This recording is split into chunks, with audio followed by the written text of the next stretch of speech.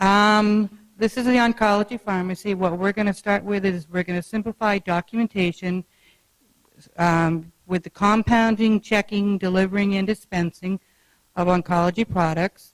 We are going to improve the fiscal strength using more prior auths, matching NDC numbers to 340B pricing, ordering based on need versus anticipation, and we're going to use standardized pre-medications. We had been discussing two major issues that we wanted to present. The first one is communication. Communication is key to success, and it is one of our continuum measures. And what we had been thinking of is how do we communicate effectively, either be at a sign out, either be communicating back and forth, rather than carrying these pagers.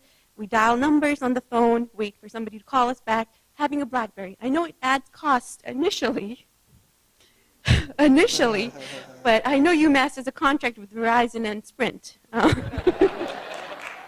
So effective communication within a few minutes rather than waiting around using text messaging, because our pagers, we can text page, however, we have to log into a computer sometimes and somebody else is logged in. We have to, workflow-wise, it just works better. Communication-wise, it works better, effective. So that's something we can look into.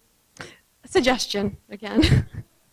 Number two, on a shorter note, what we can do is update the list of our phone numbers, and rather than doing it service-wise, is having it maybe alphabetized, just so it's easier for us to view the phone list a little better. The second one is the medication rooms are something that can have a better cleanliness in there, and putting somebody in charge of who will clean up what's behind the racks. That's been there for a while. So that's another suggestion. Putting somebody in charge, either be that will communicate with the custodians here or something. So just to reduce medication errors that might occur is another issue. Yes. And we also discussed a lot about communication.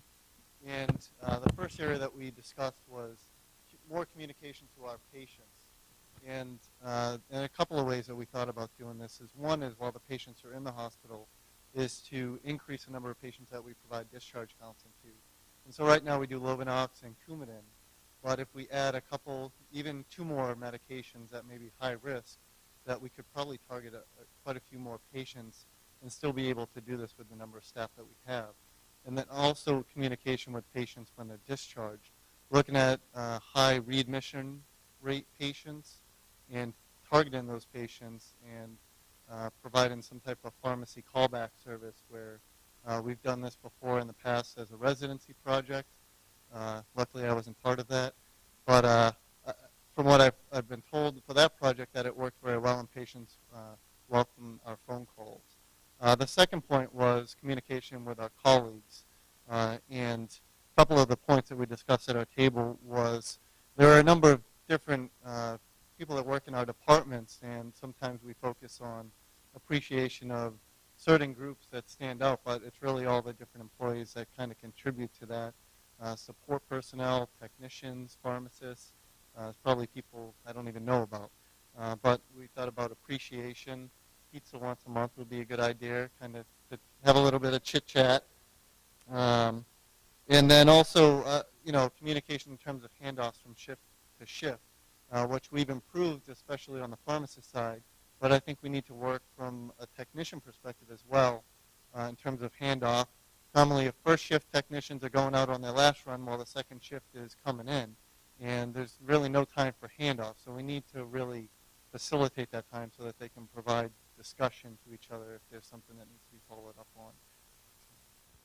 A couple of things that we thought would help also improve patient care is one area that we have a lapse is on the weekends and holidays and partially through the evenings. Nobody's really reviewing what's being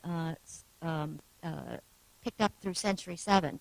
So there's pharmacy notes in there, patients who have creatinine problems. We do it 5 days a week during the weekdays, but there isn't a follow-up on the weekend. We used to put problem orders on hold. Now we leave them as notes in the profiles. out of sight, out of mind. So we have a lot of problems that don't really get resolved because we're not seeing them in front of us. So I think making better use of our technology to find patients that have problems out there that are not resolved and trying to close that loop. Other areas was that we thought we should try to move to provide, become involved with better pain management for patients. There's a number of avenues that we can approach there, but I think in general this institution doesn't do a really good job with pain management, and I think as pharmacists we have a role to offer there.